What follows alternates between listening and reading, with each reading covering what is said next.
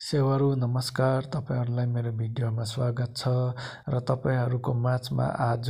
मैले भिडियो यहाँ सिक्किम युनिभर्सिटीबाट लिएर देखाउँदै छु र आज चाहिँ तपाईहरुलाई बिदाईको भिडियो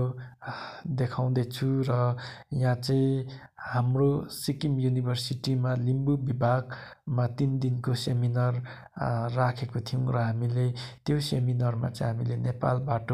भिजिटिङ प्रोफेसरको रूपमा या स्पिकरको रूपमा हामीले आयता खजुम सरलाई निम्तो गरेर उहाँले हाम्रो निम्तो स्वीकारेर आउनु भएको थियो र उहाँ आज हामीबाट बिदा लिएर जानुहुँदैछ र उहाँलाई हाम्रो परिवार लागेर उहाँलाई बिदा दिँदैछौँ र यहाँ आज हाम्रो टिचर, हाम्रो फ्याकल्टी र हाम्रो स्टुडेन्ट सेकेन्ड र फोर्थ सेमिस्टरको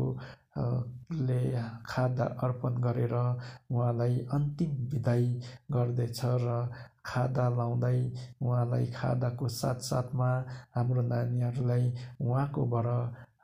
एकदमै आशीर्वाद लिँदैछ र उहाँले पनि आशीर्वाद दिँदै उहाँ बिदा लिनुहुँदैछ र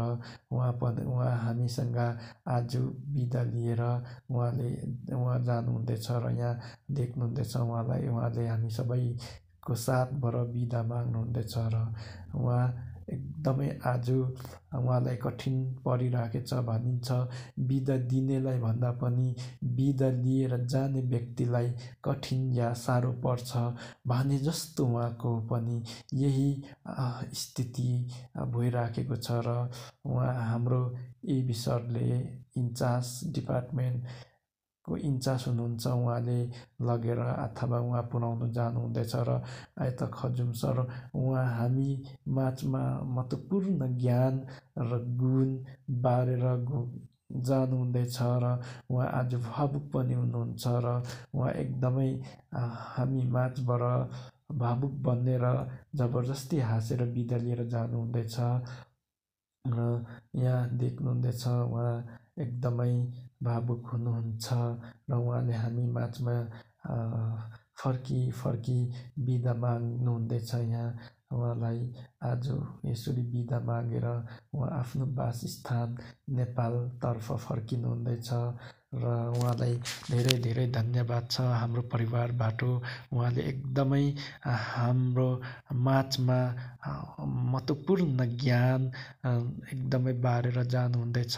उहाँको ज्ञान र उहाँको गुण हामी कहिले बिर्सिने छैनौँ र उहाँ एकदमै यहाँ जबरजस्ती हाँस्नुहुँदैछ र उहाँ एकदमै भावुक हुनुहुन्छ तर भए पनि जबरजस्ती हाँस्नुहुँदैछ र हाम्रो यहाँ स्टुडेन्टहरूले यहाँ उहाँलाई रुँदै बिदा दिँदैछ र उहाँ पनि भावुक हुनुहुन्छ। यहाँ उहाँ पनि रुँदै हुनुहुन्छ। यहाँ उहाँको आँसुले नि बताउँदैछ र उहाँको आँसुले हामीलाई